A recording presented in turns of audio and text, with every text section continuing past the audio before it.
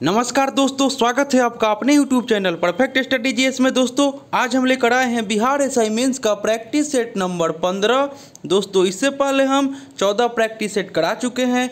अगर आपने नहीं देखा है तो हमारे प्लेलिस्ट में जाकर उसे देख सकते हैं। दोस्तों यह प्रैक्टिस सेट हम एडिटोरिया के वॉल्यूम 2 से करा रहे हैं। दोस्तों इसमें हम लोग 80 क्वेश्चन का डिस्कशन करेंगे और जो 20 क्वेश्चन बच जाएगा उसका PDF हम अब डिस्क्रिप्शन में टेलीग्राम का लिंक दे देंगे, वहां से आप प्राप्त कर लीजिएगा।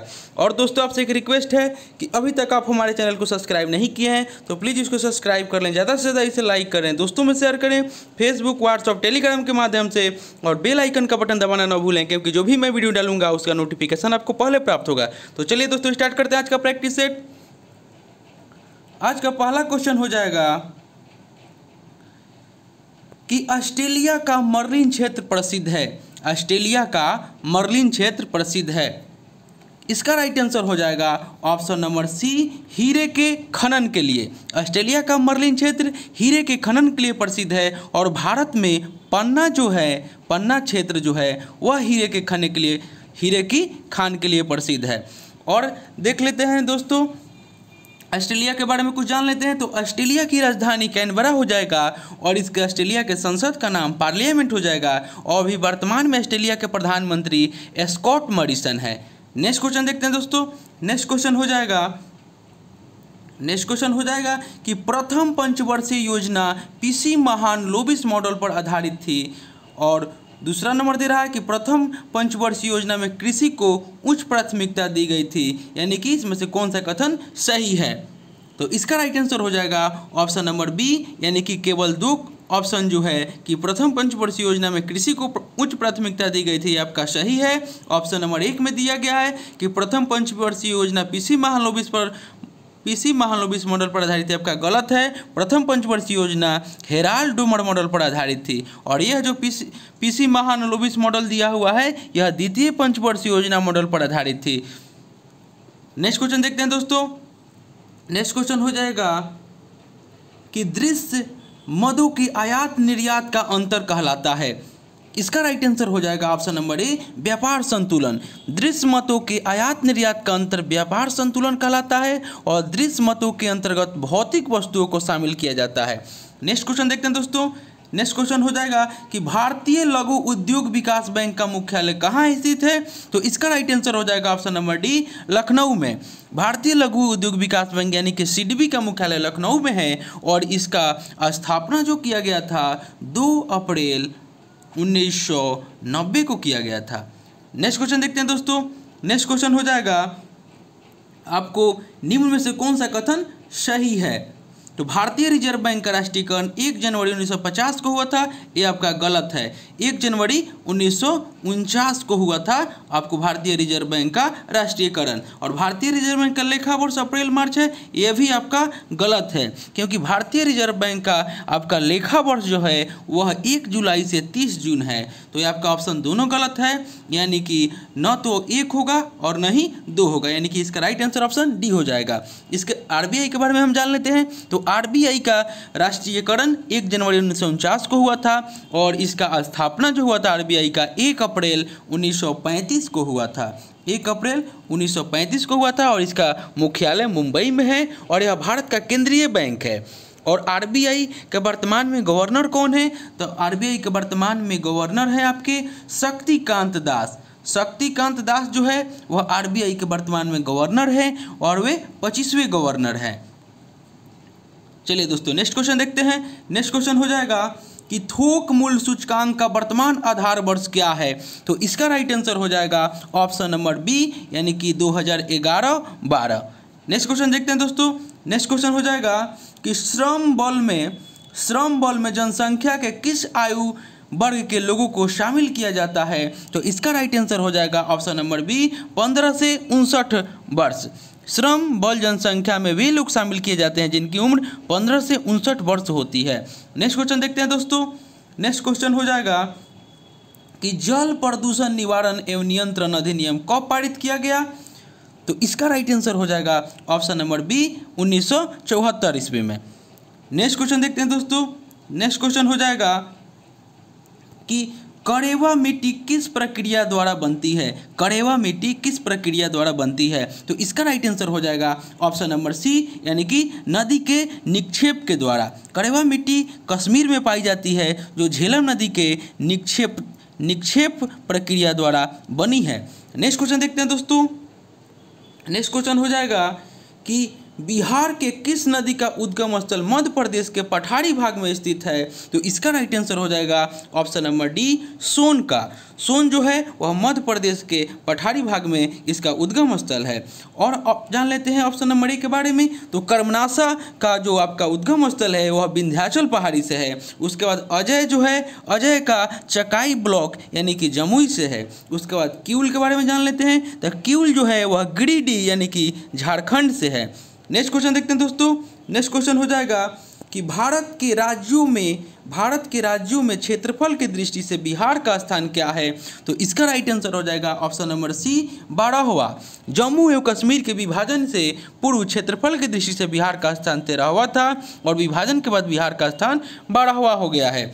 और इसके बारे में हम जान लेते हैं कि जनसंख्या की दृष्टि से भारत का कौन सा भारत में बिहार का स्थान कितना है? तो जनसंख्या की दृष्टि से बिहार का 3रा स्थान है और पहला उत्तर प्रदेश और दूसरा महाराष्ट्र का है। और बिहार में जनसंख्या घनत्व प्रति वर्ग किलोमीटर कितना है? तो 1106 किलोमीटर है, जो कि यानी कि भारत में पहला स्थान है जनसंख्या घनत्व में बिहार का।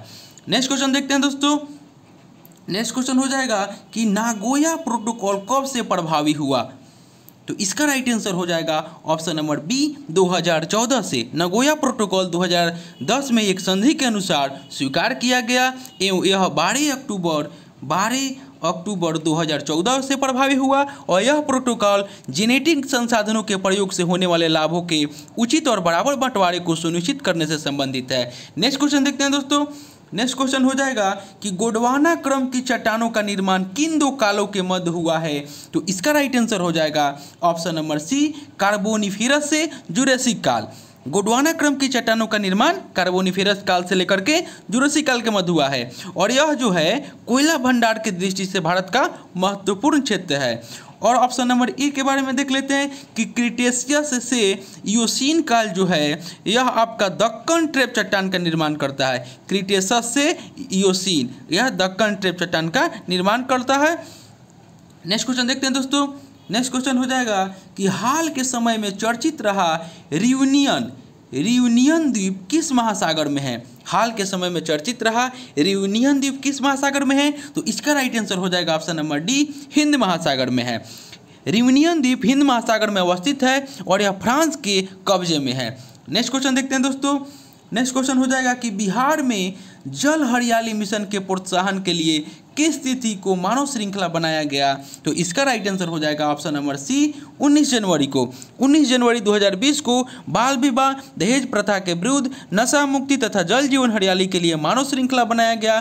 और वर्ष 2017 में 21 जनवरी को सिर्फ नशा मुक्ति के खिलाफ मानव श्रृंखला एवं वर्ष 2018 में 21 जनवरी को बाल विवाह और दहेज प्रथा निषेध दोनों के लिए मानव श्रृंखला आयोजित किया गया था। और ऑप्शन नंबर डी के बारे में जान लेते हैं। तो ऑप्शन नंबर डी जो है 21 फरवरी है, तो 21 फरवरी को अंतर्राष्ट्रीय मातृभाषा दिवस मनाया जाता है। नेक्स्ट क्वेश्चन देखते हैं दोस्तों। नेक्स्ट क्वेश्चन हो जाएगा कि राष्ट्रीय जलमार्ग संख्या 1 किस नदी से होकर गुजरती है? तो इसका राइट आंसर हो जाएगा ऑप्शन नंबर ए, यमुना। राष्ट्रीय जलमार्ग संख्या 1 इलाहाबाद से हल्दिया के बीच गंगा, हुगली एवं भागीरथी नदियों से होकर गुजरती है और यह यमुना से होकर नहीं गुजरती है।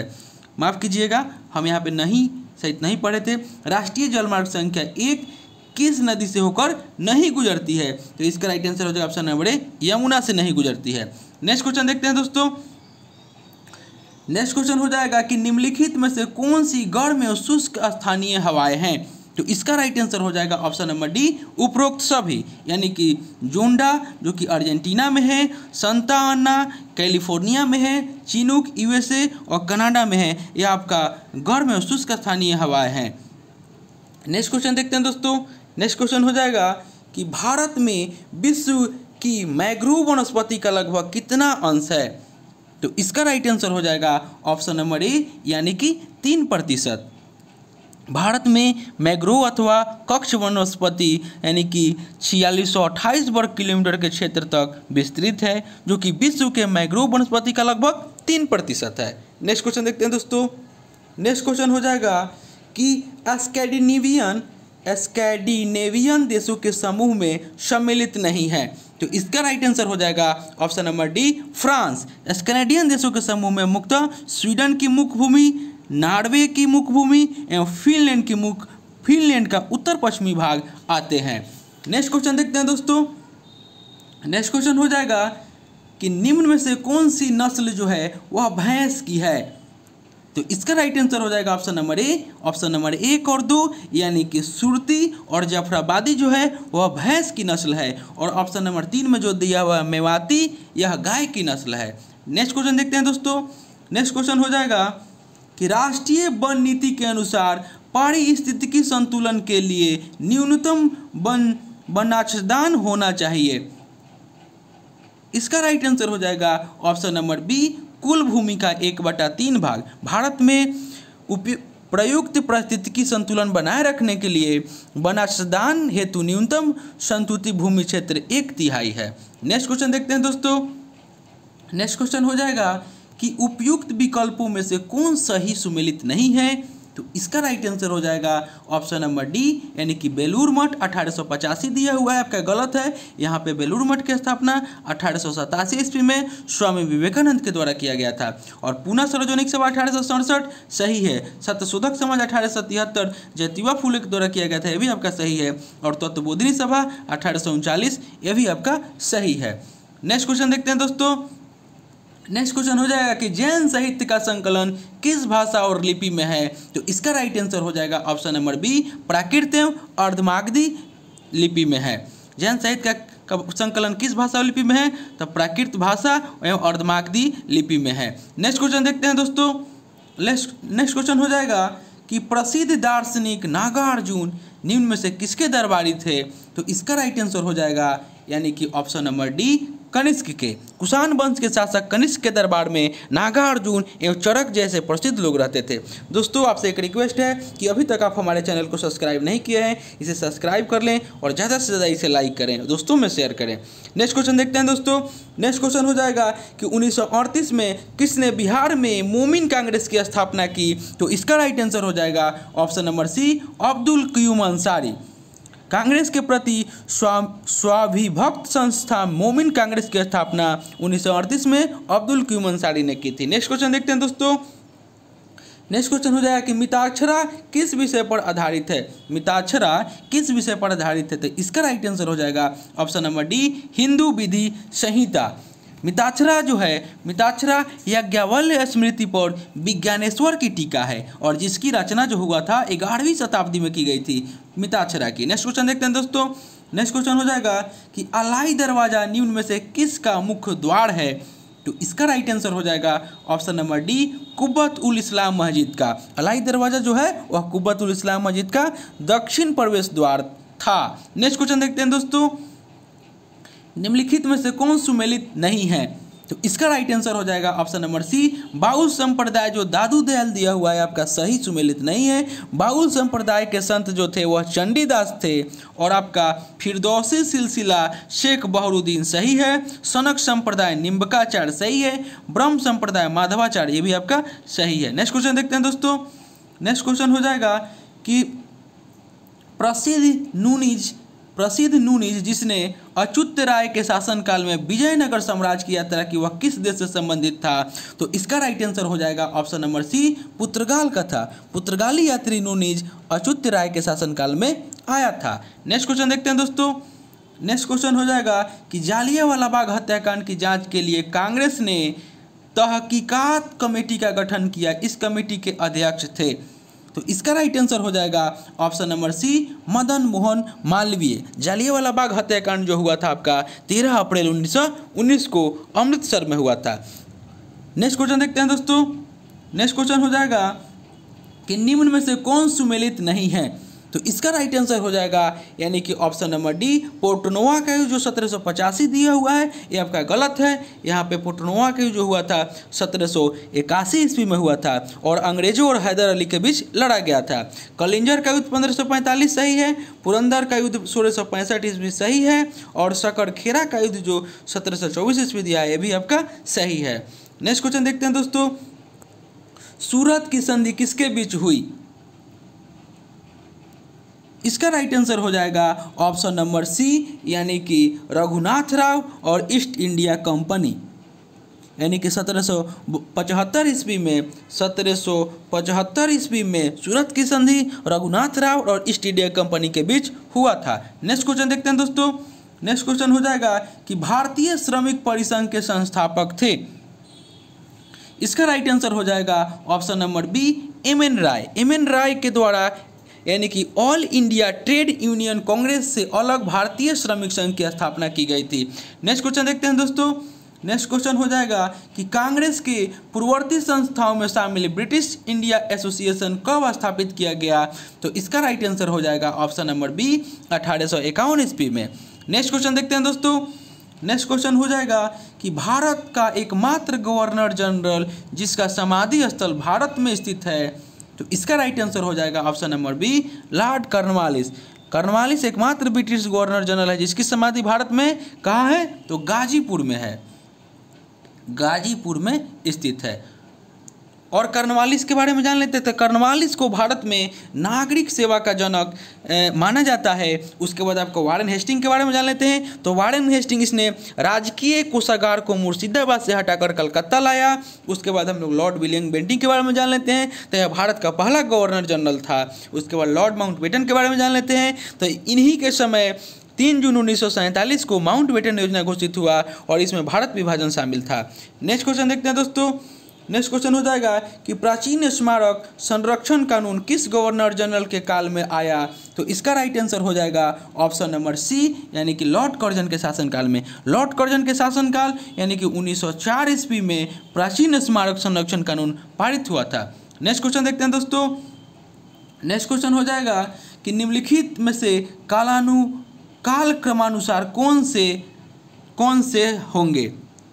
तो इसका राइट आंसर हो जाएगा option number B, Gandhi Irwin समझौता, द्वितीय गोलमेज सम्मेलन, पूना समझौता और तृतीय गोलमेज सम्मेलन। तो गांधी इरविन समझौता जो हुआ था वह 5 मार्च 1931 को हुआ था। फिर आपका द्वितीय गोलमेज सम्मेलन जो हुआ था 7 सितंबर 1931 को हुआ था। फिर पूना सार्वजनिक सभा जो हुआ था वह 26 सितंबर 1932 को हुआ था। फिर तृतीय गोलमेज सम्मेलन जो हुआ था वह 17 नवंबर 1932 को हुआ था। नेक्स्ट क्वेश्चन देखते हैं दोस्तों, नेक्स्ट क्वेश्चन हो जाएगा कि दिल्ली षड्यंत्र से संबंधित मामले में किसे फांसी नहीं मिली? तो इसका राइट आंसर हो जाएगा ऑप्शन नंबर ए, रास बिहारी बोस को। रास बिहारी बोस के द्वारा दिल्ली षड्यंत्र के अंतर्गत लॉर्ड हार्डिंग द्वितीय पर बम फेंका गया, परंतु वह फांसी से बच गए और अन्य तीनों को फांसी दे दी गई थी, मास्टर अमीर चंद्र, अवध बिहारी लाल और बाल मुकुंद। नेक्स्ट क्वेश्चन देखते हैं दोस्तों, नेक्स्ट क्वेश्चन हो जाएगा कि कुशल ग्रामीण प्रशासन के लिए प्रसिद्ध राजवंश कौन था? तो इसका राइट आंसर हो जाएगा ऑप्शन नंबर बी, चोल वंश। कुशल ग्रामीण प्रशासन के लिए प्रसिद्ध राजवंश चोल था और चोलकालीन प्रशासन की सबसे महत्वपूर्ण विशेषता ग्रामीण स्तर पर स्थानीय शासन या स्वायत्तता की व्यवस्था थी। और इसके बारे में जान लेते हैं ऑप्शन जो इसमें दिया हुआ है।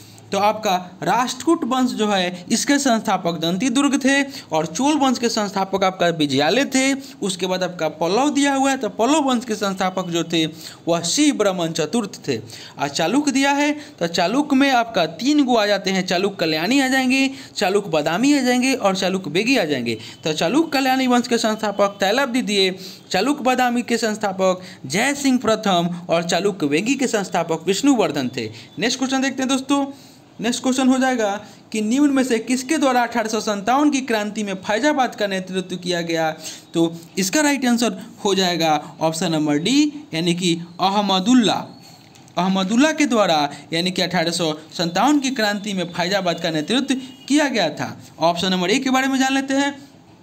तो बेगम हजरत महल जो किए थी नेतृत्व 1857 की क्रांति, तो लखनऊ से। उसके बाद रामचंद्र पांडुरंग जो है वह तात्या टोपे का वास्तविक नाम है और इन्होंने 1857 की क्रांति का नेतृत्व जो किए थे कानपुर से किए थे। उसके बाद खान बहादुर जो हैं ये आपका बरेली से किए थे 1857 की क्रांति का नेतृत्व। नेक्स्ट क्वेश्चन देखते हैं दोस्तों।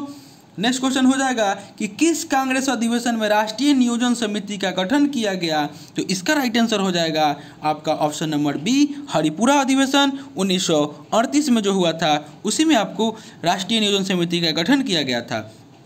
और इसके बारे में हम लोग जान लेते हैं। तो जो आपका हरिपुरा अधिवेशन 1938 दिया है इसकी अध्यक्षता सुभाष चंद्र बोस ने किया था और यह हरिपुरा आपको गुजरात में है। उसके बाद ऑप्शन ए के बारे में जान लेते हैं। तो फैजपुर में अधिवेशन जो हुआ था 1937 में, इसकी अध्यक्षता पंडित जवाहरलाल नेहरू किए थे और यह अधिवेशन जो है यह गांव में आयोजित प्रथम अधिवेशन था। उसके बाद ऑप्शन नंबर सी के बारे में जान लेते हैं। तो ऑप्शन नंबर सी जो दे रहा है कराची अधिवेशन 1931, इसकी अध्यक्षता सरदार वल्लभ भाई पटेल किए थे और इसी में मौलिक अधिकार की मांग की गई थी। ऑप्शन नंबर डी त्रिपुरी अधिवेशन 1939, तो त्रिपुरी जो है मध्य प्रदेश में है और त्रिपुरी अधिवेशन 1939 की अध्यक्षता सुभाष चंद्र बोस के द्वारा किया गया था। नेक्स्ट क्वेश्चन देखते हैं दोस्तों।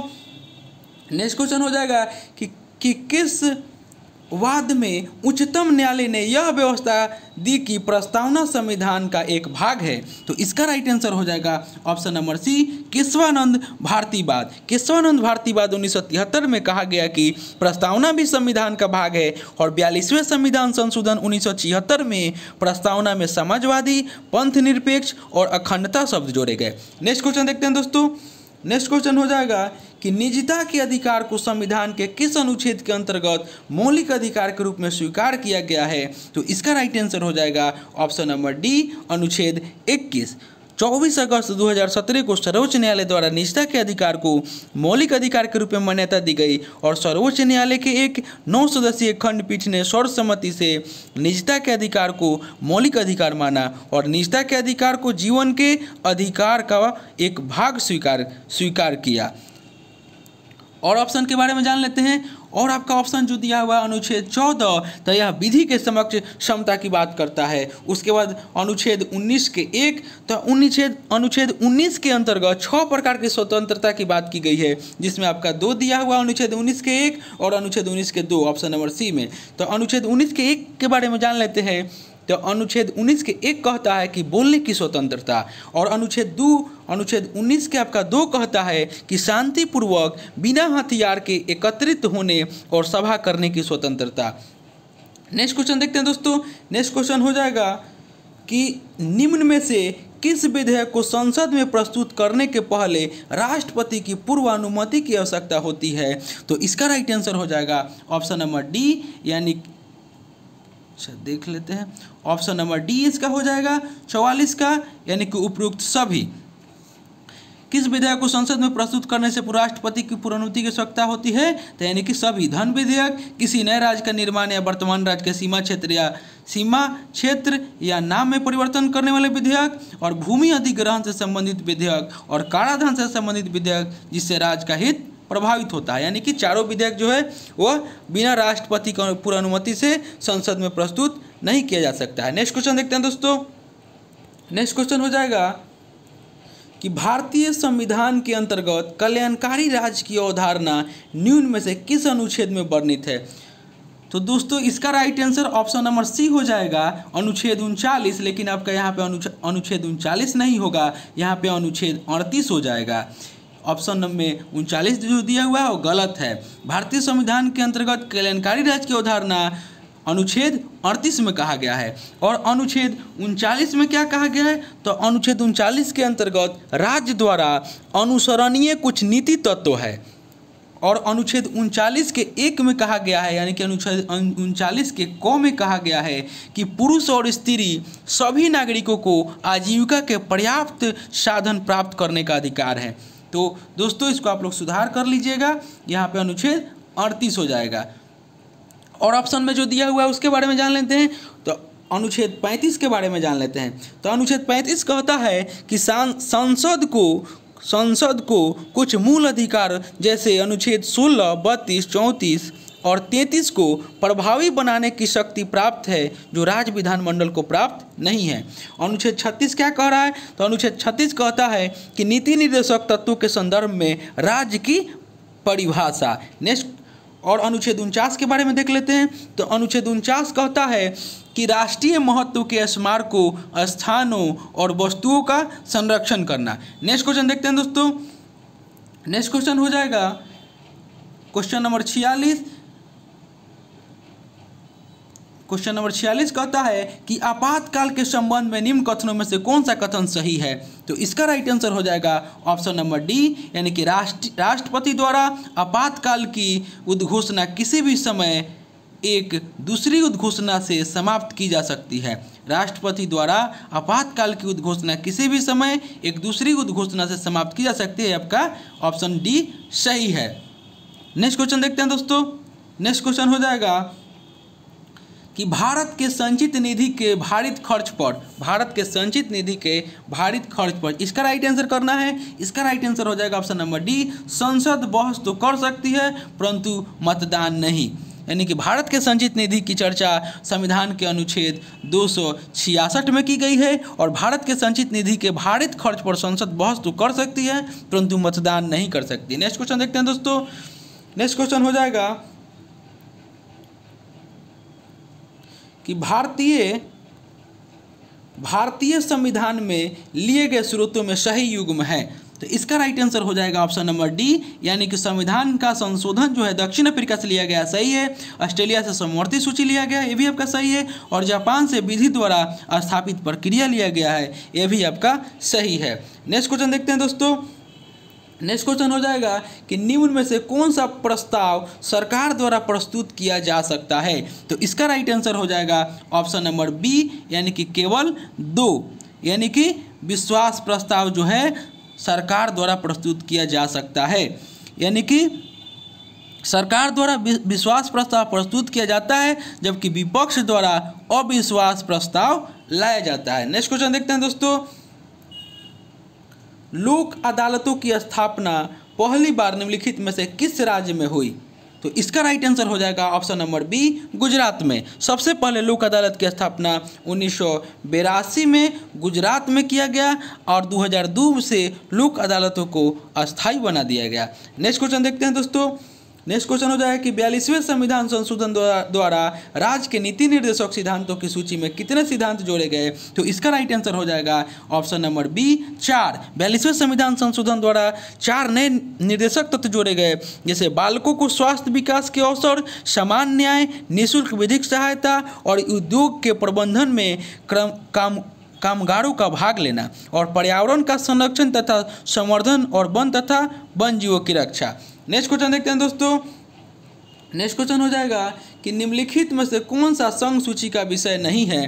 तो इसका राइट आंसर हो जाएगा ऑप्शन नंबर सी, 1 और 2, यानी कि वन और शिक्षा जो है वह संघ सूची का विषय नहीं है। संघ सूची में राष्ट्रीय महत्व के ऐसे विषय शामिल होते हैं जिनमें पूरे देश में एक ही नीति अपनाए जाने की जरूरत होते हैं, जैसे रक्षा, विदेश, संचार, देशीकरण एवं नागरिकता, रेलवे, डाक सेवा इत्यादि। शिक्षा एवं वन जो है समवर्ती सूची का विषय है। नेक्स्ट क्वेश्चन देखते हैं दोस्तों। नेक्स्ट क्वेश्चन हो जाएगा कि संपत्ति का अधिकार है। इसका राइट आंसर हो जाएगा ऑप्शन नंबर ए, एक कानूनी अधिकार है। संपत्ति के अधिकार को वर्ष 1978 में 44वें संविधान संशोधन के द्वारा मौलिक अधिकार से कानूनी अधिकार में परिवर्तित कर दिया गया और इसका चर्चा यह कानूनी अधिकार बनकर संविधान के अनुच्छेद 300 के क में यह वैधानिक अधिकार के रूप में व्यवस्थित किया गया। नेक्स्ट क्वेश्चन देखते हैं दोस्तों। नेक्स्ट क्वेश्चन हो जाएगा कि मोनाजाइट किसका अयस्क है। मोनाजाइट किसका अयस्क है। इसका राइट आंसर हो जाएगा ऑप्शन नंबर ए, थोरियम का। मोनाजाइट नामक खनिज थोरियम का प्रमुख स्रोत है और यह एक विरल मृदा एवं थोरियम फास्फेट है। नेक्स्ट क्वेश्चन देखते हैं दोस्तों। नेक्स्ट क्वेश्चन हो जाएगा कि जीव द्रव में सर्वाधिक मात्रा में कौन सा तत्व पाया जाता है। तो इसका राइट आंसर हो जाएगा ऑप्शन नंबर डी, ऑक्सीजन। कोशिका के अंदर के संपूर्ण पदार्थ को जीव द्रव कहते हैं और जीवों में होने वाले समस्त जैविक क्रियाएं जीव द्रव में संपन्न होती है, इसलिए जीव द्रव को जीवन का भौतिक आधार कहा जाता है और जीव द्रव एक जटिल मिश्रण है जिसमें लगभग 30 तत्व पाए जाते हैं। नेक्स्ट क्वेश्चन देखते हैं दोस्तों। नेक्स्ट क्वेश्चन हो जाएगा कि डीएनए की रचना 2 चेनों द्वारा होती है और दोनों चेनें निम्न में से किस बंध द्वारा जुड़ा रहता है। तो इसका राइट आंसर हो जाएगा ऑप्शन नंबर ए, हाइड्रोजन। वाटसन और क्रिक ने 1953 ईस्वी में डीएनए का एक मॉडल प्रस्तुत किया और डीएनए की रचना दो पॉलीन्यूक्लियोटाइड चेनों द्वारा होती है। दो पॉलीन्यूक्लियोटाइड चेनों द्वारा होती है और यह विपरीत दिशाओं में घूमकर द्विचक्राकार रचना बनाती है और यह दोनों चेनों एक दूसरे से हाइड्रोजन बंधन द्वारा जुड़ी रहती है। नेक्स्ट क्वेश्चन देखते हैं दोस्तों। नेक्स्ट क्वेश्चन हो जाएगा कि मतदान के समय प्रयुक्त अमिट स्याही किस पदार्थ से बनती है। मतदान के समय प्रयुक्त अमिट स्याही किस पदार्थ से बनती है, तो इसका राइट आंसर हो जाएगा option number B, silver nitrate से। दोस्तों आपसे एक रिक्वेस्ट है, आप पूरा वीडियो देखिएगा, पूरा 80 क्वेश्चन देखिएगा, क्योंकि इसमें बहुत ही महत्वपूर्ण क्वेश्चन दिया हुआ है। और दोस्तों आपसे एक रिक्वेस्ट है कि आप इस पूरा जितना भी हम सेट डाले हुए हैं आप एक बार दोबारा ज़रूर रिवाइज कीजिएगा एग्ज़ाम से पहले, और एक बार सेट प्रैक्टिस के लिए जो हम PDF देते हैं उसको भी आप एक बार ज़रूर बनाइएगा। नेक्स्ट क्वेश्चन देखते हैं दोस्तों। नेक्स्ट क्वेश्चन हो जाएगा कि निम्न में से कौन ग्रैमीनी कुल का पौधा है, तो इसका राइट आंसर हो जाएगा ऑप्शन नंबर डी, यानी कि ये सभी मक्का, बांस, गन्ना और बाजरा यह ग्रैमीनी कुल का पौधा है।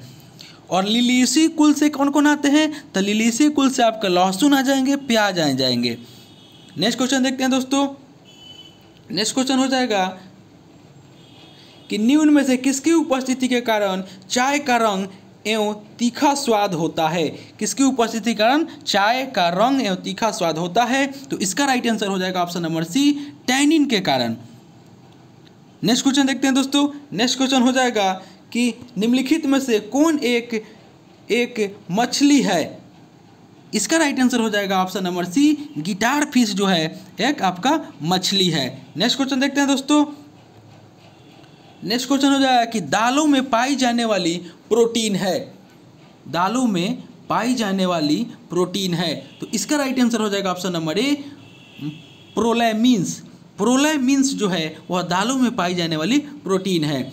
अच्छा, अंडे में पाई जाने वाली प्रोटीन को हम लोग ग्लोब्यूलिन कहते हैं। ग्लोब्यूलिन जो है वह अंडे में पाई जाने वाली प्रोटीन है, और दूध में पाई जाने वाली प्रोटीन को केसिन कहते हैं, और अनाज में पाई जाने वाली प्रोटीन को हम लोग ग्लूटेलिन्स कहते हैं। ग्लूटेलिन्स कहते हैं। नेक्स्ट क्वेश्चन यानी कि ऑप्शन नंबर जो सी में दिया है ग्लूटेलिन्स, ये आपको अनाज में पाई जाती है। केसिन जो है आपका दूध में पाई जाने वाली प्रोटीन है, और ग्लोब्यूलिन जो है आपका ये अंडे में पाई जाने वाली प्रोटीन है। नेक्स्ट क्वेश्चन देखते हैं दोस्तों। नेक्स्ट क्वेश्चन हो जाएगा कि निम्न में से कौन हिपेरिन नामक पदार्थ बनाता है। निम्न में से कौन हिपेरिन नामक पदार्थ बनाता है, तो इसका राइट आंसर हो जाएगा ऑप्शन नंबर सी, यकृत। नेक्स्ट क्वेश्चन देखते हैं दोस्तों। नेक्स्ट क्वेश्चन हो जाएगा कि बुद्धिमत्ता, चेतना शक्ति एवं स्मरण शक्ति के केंद्र निम्न में से कौन है। इसका राइट आंसर हो जाएगा ऑप्शन नंबर बी, सेरेब्रम। अग्र मस्तिष्क मस्तिष्क का सबसे अगला भाग है। यह कुल मस्तिष्क का 2/3 भाग होता है, और इसको 2 भाग हैं, एक सेरिब्रम और एक है डाइएनसिफेनॉल। नेक्स्ट क्वेश्चन देखते हैं दोस्तों। नेक्स्ट क्वेश्चन हो जाएगा कि आपका जठर रस का पीएच मान कितना होता है, तो इसका राइट आंसर हो जाएगा ऑप्शन नंबर ए, यानी कि 1.5। जठर रस का पीएच मान 1.5 होता है। उसके बाद 6.8 जो दे रहा है ये आपका लार का पीएच मान हो जाएगा, और आपका ये जो 7.7 दे रहा है यह पित्त का पीएच मान हो जाएगा। उसके बाद आपका 8 जो दे रहा है, तो आपका 8 आंतरीय रस का पीएच मान 7.5 से 8 होता है। 7.5 से 8 आपका आंतरीय रस का पीएच मान होता है। नेक्स्ट क्वेश्चन देखते हैं दोस्तों। नेक्स्ट क्वेश्चन हो जाएगा कि टाइफाइड रोग शरीर के किस अंग को प्रभावित करता है, तो इसका राइट आंसर हो जाएगा ऑप्शन नंबर सी, आंत को। हैजा एवं टाइफाइड बीमारी आंत को प्रभावित करते हैं। नेक्स्ट क्वेश्चन देखते हैं दोस्तों। नेक्स्ट क्वेश्चन हो जाएगा कि आवर्त सारणी में तत्वों का कौन सा समूह रेडियो सक्रिय समूह कहलाता है, तो इसका राइट आंसर हो जाएगा ऑप्शन नंबर बी, एक्टिनाइड समूह। नेक्स्ट क्वेश्चन देखते हैं दोस्तों। नेक्स्ट क्वेश्चन हो जाएगा कि टेट्रा इथाइलेट पेट्रोल में मिलाया जाता है। टेट्रा इथाइलेट पेट्रोल में मिलाया जाता है। इसका राइट आंसर हो जाएगा ऑप्शन नंबर बी, इसकी एंटी नॉकिंग रेटिंग को बढ़ाने के लिए। नेक्स्ट क्वेश्चन देखते हैं दोस्तों।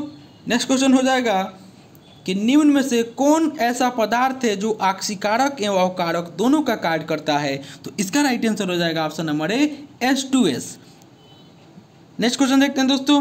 नेक्स्ट क्वेश्चन हो जाएगा कि शक्ति का विमीय सूत्र होता है, तो इसका राइट आंसर हो जाएगा ऑप्शन नंबर ए ml² T-3। नेक्स्ट क्वेश्चन देखते हैं, शक्ति का मात्रक क्या होता है? तो शक्ति का मात्रक आपका वाट हो जाएगा। नेक्स्ट क्वेश्चन देखते हैं दोस्तों।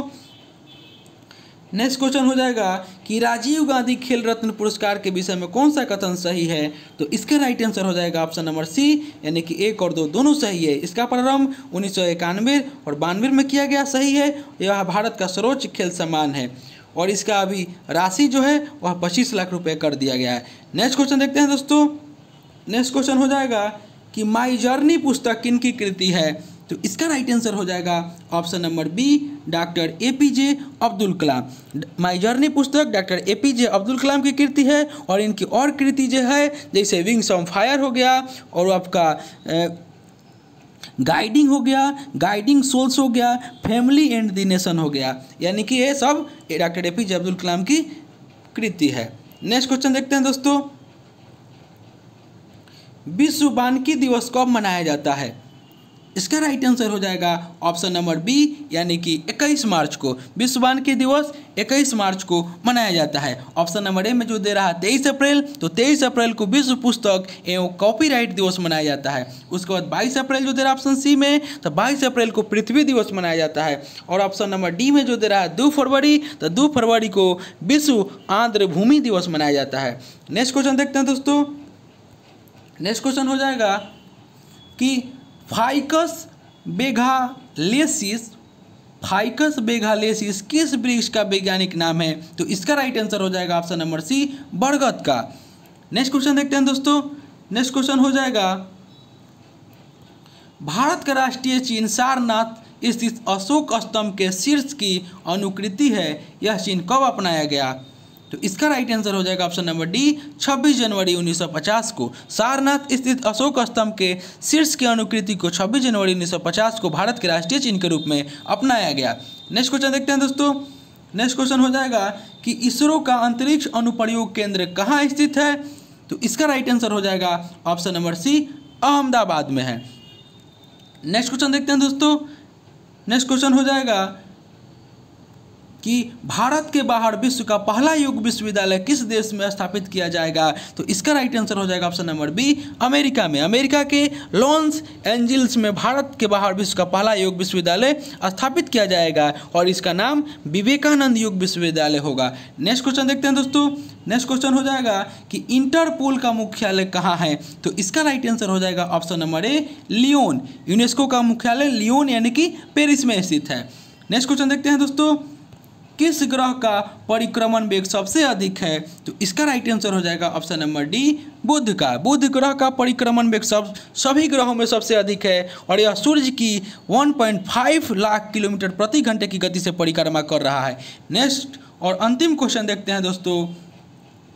सारगैसो सागर किस महासागर का भाग है? तो इसका राइट आंसर हो जाएगा ऑप्शन नंबर सी, उत्तरी अटलांटिक महासागर का भाग है। तो दोस्तों यह थे बिहार असाइनमेंट्स का प्रैक्टिस सेट नंबर 15।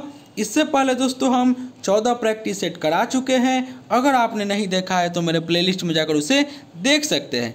दोस्तों आपसे एक रिक्वेस्ट है कि अभी तक आप हमारे चैनल को सब्सक्राइब नहीं किए हैं तो प्लीज़ इसे सब्सक्राइब कर दें, इसे ज़्यादा से ज़्यादा लाइक करें, दोस्तों में शेयर करें, फेसबुक, व्हाट्सएप और टेलीग्राम के माध्यम से, और बेल आइकन का बटन दबाना ना भूलें क्योंकि जो भी मैं वीडियो डालूंगा उसका नोटिफिकेशन आपको पहले प्राप्त होगा। दोस्तों आपसे एक बात कहनी थी कि अगर आप ये तो 3 सेट अभी बचा हुआ है तो यह ख़त्म हो जा रहा है, तो आप लोगों को किस बुक का प्रैक्टिस सेट करना है आप लोग कमेंट बॉक्स में बताइए। हम सोच रहे हैं कि विद्यासागर का जो बुक है रहमान सर का जो आया हुआ है हम उसको चला देते हैं, जिसमें 15 सेट दिया हुआ है और 15 सेट आपका हिंदी का दिया हुआ है। तो जैसा आप लोग बोलिएगा वैसा हम चला देंगे, तो आप लोग कमेंट बॉक्स में ज़रूर बताइएगा। तो चलिए दोस्तों मिलते हैं अगले वीडियो में, तब तक के लिए धन्यवाद।